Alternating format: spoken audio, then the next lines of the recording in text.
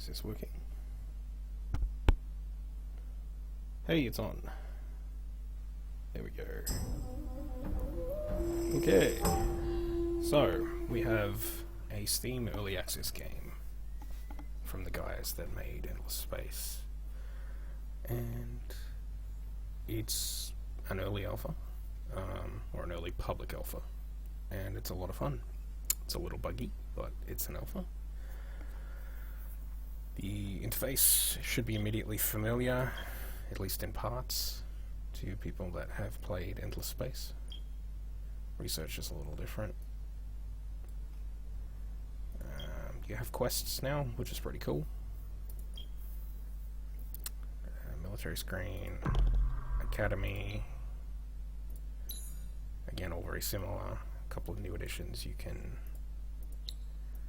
upgrade weapons, change your heroes. The same is applicable to units as well. So you can have units that you upgrade. You can put better weapons on as you progress through the research tree. Skill points, various levels of some skills. What else? So let's have a look. City. Got your build queue. The interface is very similar to Endless Space. That's another thing that'll be familiar. The resource model is essentially exactly the same. You've got your 4 main resources: population growth, happiness, resources, so these take the place of hexaferrum, adamantite, that kind of stuff. Influence has changed a little bit. You don't generate areas around your cities. So I've got 3 cities here, 1 in each of these 3 provinces. This one, and this one. I suppose for all intents and purposes, each of these provinces is like I suppose, a planet. They all have their own production. They all have their own ability to generate things on resource nodes. What else? At this point in time, it's limited to 200 turns. Yeah, so your influence points, you can use them for 2 things that I've seen so far. You can apply passive bonuses to these 4 based on how many you have. As your research progresses from, let's go back to that first stage, each of the rings in the other page is a base cost. So once we're still in Research Age 1, things are only 15 per layer. When you go to like 2, they go up, 3, they're up again, 4.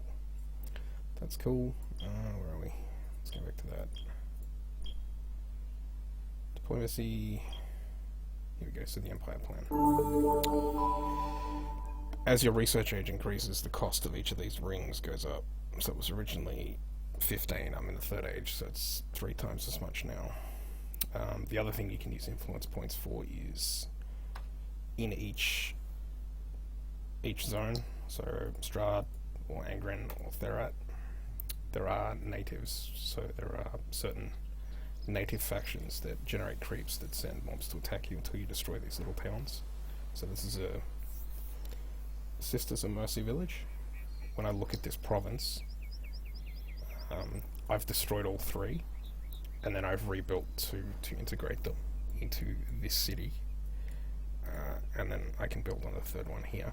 Once that's complete, all 3 will be green and happy, and they apply a small bonus to that city. You can pick which one you want, and it costs you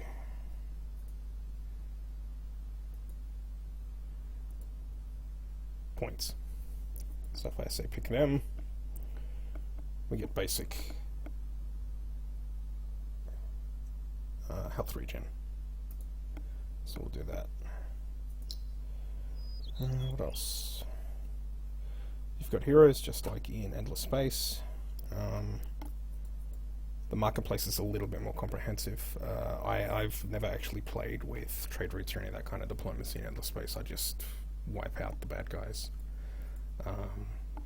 But you have access to heroes. As you research other things, you can generate stockpiles, which are items you build in each city. The stockpiles, depending on which faction you have, allow you to do various things. So one of the factions allows you to teleport units directly between cities. What else? These tabs will unlock as you research them. Haven't done that yet. These are bad guys. So that's me versus an AI. That's about it. Various resources, so glass steel. There's gold, there's... what's that, adamantium? Red soil, salt, maybe not salt, gold deposit. Titanium. Each of those resources allows you to build like a specific set of equipment in each research tier. So in the first one it's glass steel, I believe. And titanium. Oh, okay. So you can then build better ones of the same resources.